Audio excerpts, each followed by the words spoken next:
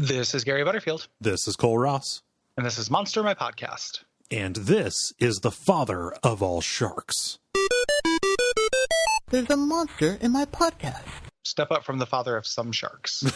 The father of these sharks over here. Yeah. The father of disc shark motions. Yeah. This is another avatar of Cthulhu. Mm-hmm. The final Cthulhu avatar. Wrapping up Cthulhu week in a day. Mm-hmm. Unfortunately, they didn't plan this book for our weird perversion for symmetry. Which is just ridiculously rude of them, if I do say so myself. Yeah. Specifically, Bruce L. Pretty. Come on, I'm buddy. pretty. Bruce L. Pretty is a funny name. That's very Tim and Eric. Like, this guy belongs on the Steve Brule. Yeah. So, and honestly, a little bit of a letdown as far as Cthulhu avatars, because it's just Big Shark. Big Shark with vengeance. It is Jaws 4. Yeah. Yep. This is likely the Leviathan of biblical legends. That's cool. Fine. Yeah. Yeah. Let me interrogate. Why is that cool? Just because it's tying it into real life. Like, anytime you say, like, hey, this thing from history was probably actually the scary thing. Gotcha. I think Okay. that's cool. Yeah.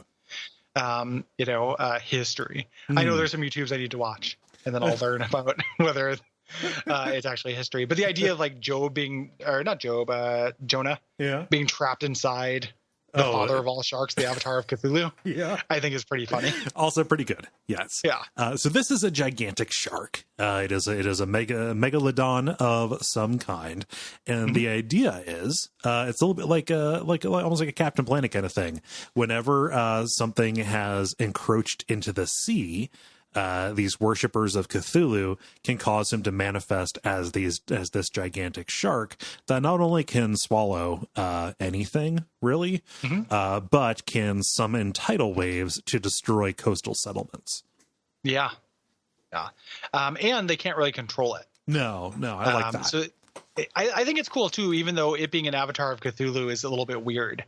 That, like, the other ones can just work for the deep ones, but this one might eat a few deep ones on the way. Well, and I'm just like, well, geez, Cthulhu. Like, I think Cthulhu is being quite a messy bitch, but it's good. He loves drama. But Gary, I love that phrase so much. I know, but I do not feel like I have any ability or permission to say it.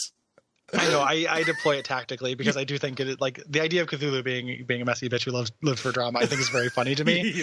I also don't like saying it, but that's what's happening here. Is it's kind of like, you're a deep one. You're praying to Cthulhu. Yeah. You go through the chain of command. You're like, hey, Dagon, will you tell Cthulhu we need him?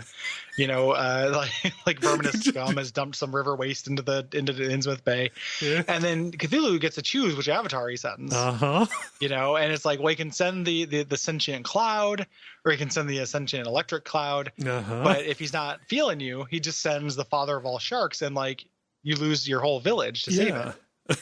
Yeah.